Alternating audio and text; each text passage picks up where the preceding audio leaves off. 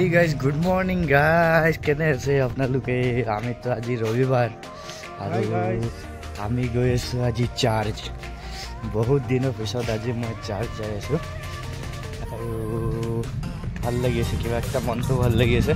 Fresh ফেন একদম fresh feel হৈ গৈছে।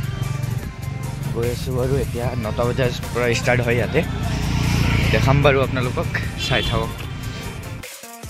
আজি ৰবিবাৰ, আজিৰ দিনত এইপিনে বন্ধ থাকে পুৰা বজাৰটো।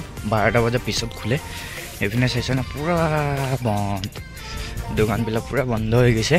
12টাৰ পিছত খুলিব, মানে আগবেলাটো খোলা নাথাকে। এনে চব্জি দোকানবিলাক খোলা থাকে ইয়াতে, বাকী দোকান খোলা নাপাব। এইপিনে আমি যাম চাৰ্জ। এইটো চাইডে আছে আমাৰ দোকানটো আৰু এইটো চাইডে যাব লাগিব আমি আজি। গাইস